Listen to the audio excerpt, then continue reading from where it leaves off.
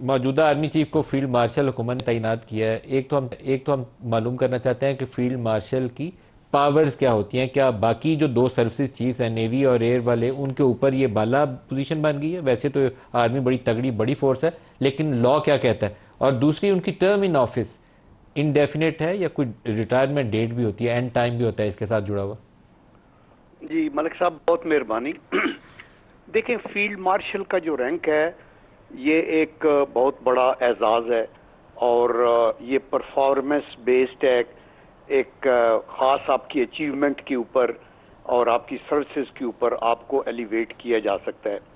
तो जब तो पाकिस्तान के अंदर कमांडर इन चीफ का कॉन्सेप्ट था, फिर तो उस वक्त अयूब खान जब उन्होंने अपने आप को खुद ही बनाया था फील्ड मार्शल, तो वो कमांडर इन चीफ भी थे तीनों सर्विसेज के।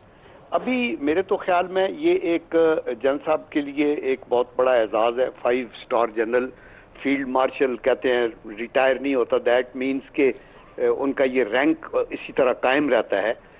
आल्दो अभी आपने देखा कि 1971 वार के बाद मानिक शाह को उन्होंने देना चाहा, तो फिर उन्होंने कहा कि हम ये देंगे फील्ड मार्शल का रैंक जब वो रिटायर होंगे, तो फिर 73 में उनको दिया गया। तो अभी ये एक बहुत बड़ा फेदर है इन दी कैप ऑफ एनी सोल्जर कि वो फील्ड मार्शल के तो रैंक। सर, ये बाकी दो जो सर्विसेज चीफ्स हैं, अब क्या ये उनसे बड़े अफसर हैं? वो दोनों की मुद्दत ये तैनात करेंगे? ये मतलब मैं थोड़ा सा अंडरस्टैंड करने की कोशिश कर रहा हूं। नहीं, मेरे ख्याल में देखिए, ये तो हुकूमत भी क्लैरिफाई इसको कर सकती है, लेकिन मेरे ख्याल में अभी सर, देखिए हुकूमत को तो पहले पूछना पड़ेगा ना सर कि क्या क्लैरिफाई करें।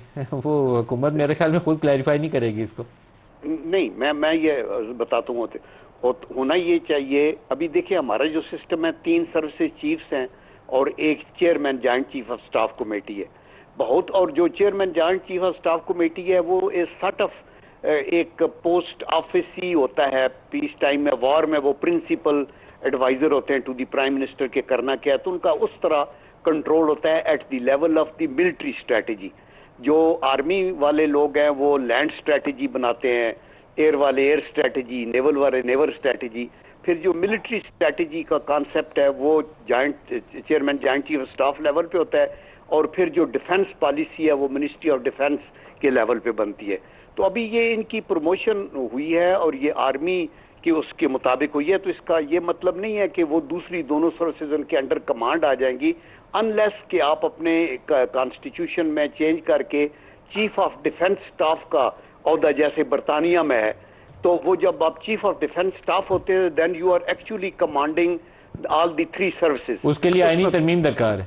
हाँ जी, उसमें उसके अंदर तो आपका प्रेजेंट जो सिस्टम है वो तो यही है ना, जो आप ये क्लैरिटी होगी अब इसमें। और सर, जो अभी तक आर्मी चीफ की मुद्दत मुलाजमत है उस हिसाब से तो इनको 2027 में फिर रिटायरमेंट बनती है, तो इसका मतलब है कि ये फील्ड मार्शल उसी वक्त जो 2027 की डेट है इन ऑफिस, उसमें रिटायर हो जाएंगे। जी आप देखें, वो ये अगली हुकूमत के ऊपर होगा कि यानी ऑफ कोर्स जो मुद्दत मुलाजमत होती है, जैसे मैंने इंडिया की एग्जांपल दी मानिक शाह की, कि वो रिटायर हो गए और उसके बाद उनको फील्ड मार्शल का रैंक दिया गया और वो एजाज और इज्जत उनको हर जगह पे एज ए फील्ड मार्शल वो मिलती है, एज ए 5 स्टार जनरल। लेकिन वो सर्विस में नहीं होते, चूंकि उसके बाद बाकी आर्मी चीफ, नेवी चीफ और एयर चीफ वगैरह होते हैं। तो इनकी वो टाइम आएगा, अभी तो 2 साल इनके हैं और उसके बाद क्या होता है इनको एक्सटेंड करते हैं।